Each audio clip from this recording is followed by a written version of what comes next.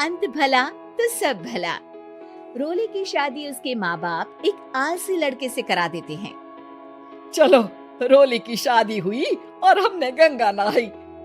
और क्या, बेटियां तो होती ही हैं बोझ। हाँ, पर अब क्या चिंता, उतार तो दिया बोझ तुमने, अब वो लोग समझे। ससुराल में रोली का पति कहता है, देखो, मैं कोई काम नहीं करता, ये बात तुम्हारे मम्मी पापा को बता दी थी मैंने। अब जो किराया आता है दुकान का, उसी से घर का गुजारा करना है। कभी भूल से भी कोशिश ना करना किसी चीज की डिमांड की। क्या मम्मी पापा को पता था कि आप कोई काम नहीं करते? और क्या, बड़ा अच्छे से पता था। उन लोगों को तो तुम बोझ लगती थी, बोल रहे थे कि बस शादी कर लो और कोई मतलब नहीं है। रोली को ये सुनकर बहुत गुस्सा आता है, लेकिन करती भी तो क्या, क्योंकि वो जानती थी कि उसके माता पिता ऐसे ही हैं। जैसे तैसे रोली दिन काट रही थी। रोली को एक प्यारी सी बेटी होती है। धीरे धीरे वो बड़ी होती है और उसके साथ उसकी जरूरतें भी बढ़ती जाती है। सुनिए जी, अब तो सिमी बड़ी हो रही है, उसका स्कूल में दाखिला कराना है। मैंने अब तक तो जैसे तैसे समय काट लिया, लेकिन मैं बच्ची की परवरिश में कोई कमी नहीं रखूंगी। अरे क्या है यार, अब तो लगता है कोई ना कोई काम ढूंढना ही पड़ेगा।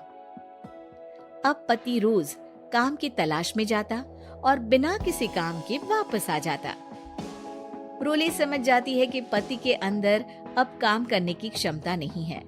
वो बेटी को उच्च शिक्षा देने के लिए कुछ करना चाहती थी, लेकिन करती तो क्या करती। एक दिन रोली की सहेली कहती है, रोली, मेरी कोई औलाद नहीं है। अगर तू मेरी औलाद को जन्म दे तो मैं तुझे तेरे मुंह मांगे पैसे दूंगी। अरे, तेरी औलाद को मैं कैसे जन्म दे सकती हूँ? सरोगेसी से बच्चा मेरा और वैभव का ही होगा, लेकिन कोख तेरी होगी। ये संभव है रोली? रोली कुछ सोचकर कहती है, मुझे मंजूर है, लेकिन मैं इसका 2 लाख रुपया लूंगी। अरे कोई बात नहीं, मुझे मंजूर है। रोली खुश हो जाती है कि एक बच्चा पैदा करने का उसे 2 लाख रुपया मिलेगा। वो घर आकर पति को बताती है, वो भी खुश हो जाता है। अब क्या था, डॉक्टर के पास जाकर सहेली का बच्चा रोली की कोख में पलने लगता है। मुझे 20,000 चाहिए मेरे बेटी के एडमिशन के लिए।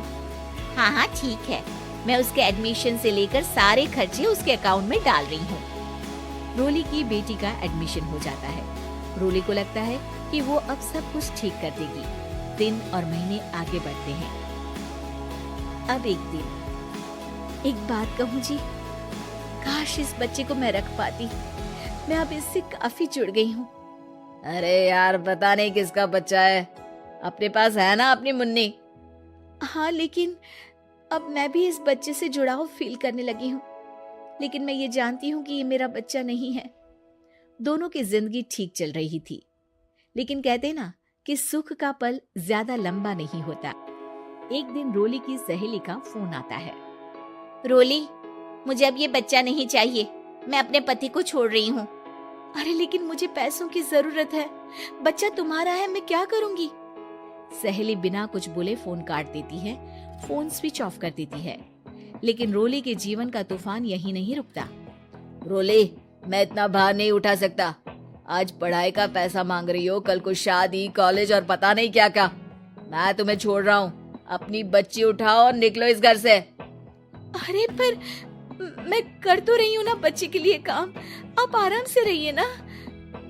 क्या काम कर रही हो, देख रहा हूँ मैं।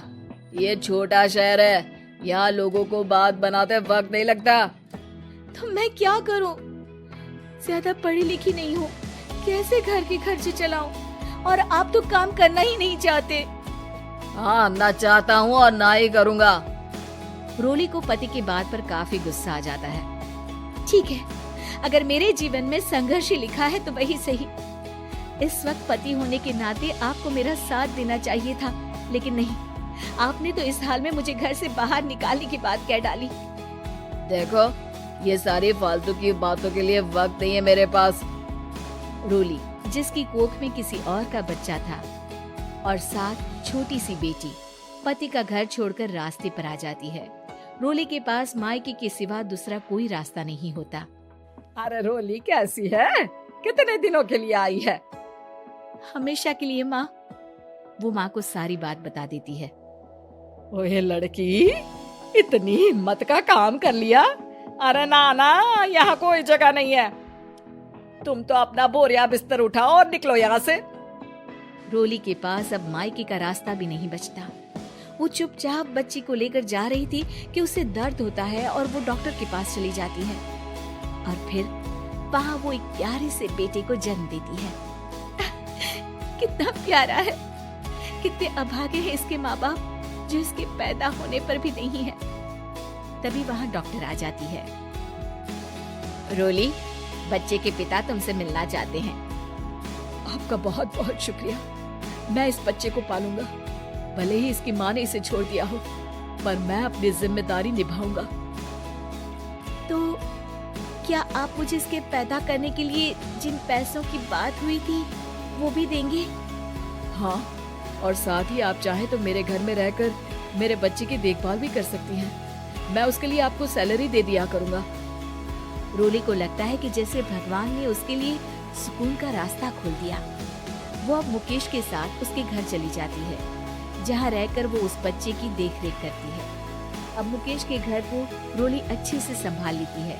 उसके लिए खाना बनाने से लेकर बच्चों की देखभाल और घर की देखरेख। धीरे धीरे मुकेश को रोली से प्यार हो जाता है। रोली, तुम्हारी बेटी और मेरा बेटा बिल्कुल भाई बहन की तरह साथ रहते हैं। हाँ, आखिर है तो एक ही कोख के बच्चे, अटैचमेंट तो होगा ही ना। रोली, तुमने घर और मुझे दोनों को संभाल लिया। ये तो मेरा काम है। आपने भी तो मुझे छत दी जिससे मैं अपनी बेटी की पढ़ाई और भविष्य के लिए पैसे जोड़ सकूं। अब रोली, क्या तुम मुझसे शादी करोगी? अब मैं जानता हूं तुम्हारी भी शादी कुछ खास अच्छी नहीं रही। रोली को मुकेश की बात ठीक लगती है। वो उसे हाँ बोलने की सोच ही रही होती है कि उसके पहले पति का फोन आ जाता है। रोली, मैं बहुत परेशान हूँ। मेरा एक्सीडेंट हो गया है। मैं चाहता हूँ तुम वापस आ जाओ। रोली को पुराने पति की चिंता होने लगती है। वो सोचती है कि वो क्या कर रही थी। हाँ ठीक है, मैं आ रही हूँ। हाँ रोली, आ जाओ, लेकिन बच्ची को कहीं हॉस्टल में छोड़कर आना, क्योंकि मैं नहीं चाहता कि हम लोगों के बीच फिर से वो सारी बातें हो। रोली को समझ आ जाता है कि पति आज भी सुधरा नहीं है। वो पति के पास जाने से इनकार कर मुकेश को हाँ कर देती है।